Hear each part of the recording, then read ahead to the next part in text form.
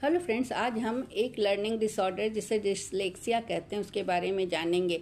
इसमें क्या होता है कि शब्दों को पहचानने में कठिनाई होती है और स्पेलिंग में मिस्टेक्स होते हैं, गलतियां होती है।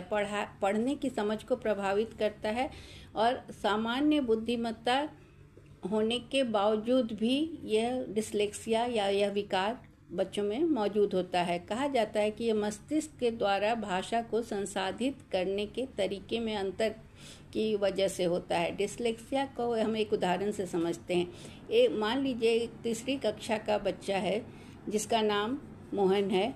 वह एक उज्जवल और जिज्ञासु बच्चा है, लेकिन पढ़ाई के असाइनमेंट में उसे संघर्ष होता है। जब जोर से पढ़ने के लिए कहा जाता है तो वह अक्सर निम्नलिखित गलतियां करता है। अक्षर उलट जाते हैं उसके लिए, बी को डी पढ़ देता है, पी को क्यू के रूप में पढ़ता है। शब्द भी उसके लिए उलट जाते हैं, जैसे वाज को वो सॉ के रूप में पढ़ता है। शब्द छोड़ देता है बीच बीच में, जैसे छोटे शब्द एंड और द इत्यादि को छोड़ देता है। शब्दों को समझने में कठिनाई होती है। अपरिचित शब्दों को समझने में उसे संघर्ष करना पड़ता है, जिससे कि उसके पढ़ाई की गति धीमी और कठिन हो जाती है।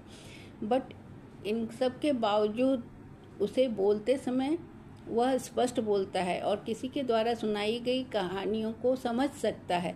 उसमें रचनात्मकता और गैर पढ़ाई संबंधी कार्यों में समस्या सुलझाने की क्षमता भी दिखती है। वैसे बच्चे एम एन स्पेलिंग में डेफिनेटली और डेफिनेटली में गड़बड़ी करते हैं। डेफिनेटली की जगह वो डेफिनेटली लिखते हैं। इन संघर्षों के बावजूद ये बच्चे मौखिक चर्चाओं में उत्कृष्ट होते हैं और जटिल अवधारणाओं को भी समझ सकते हैं।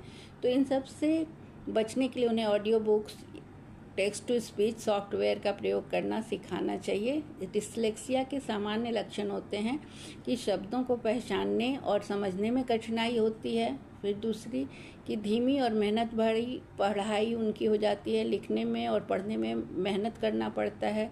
शब्दों के सही उच्चारण में, स्पेलिंग में कठिनाई होती है।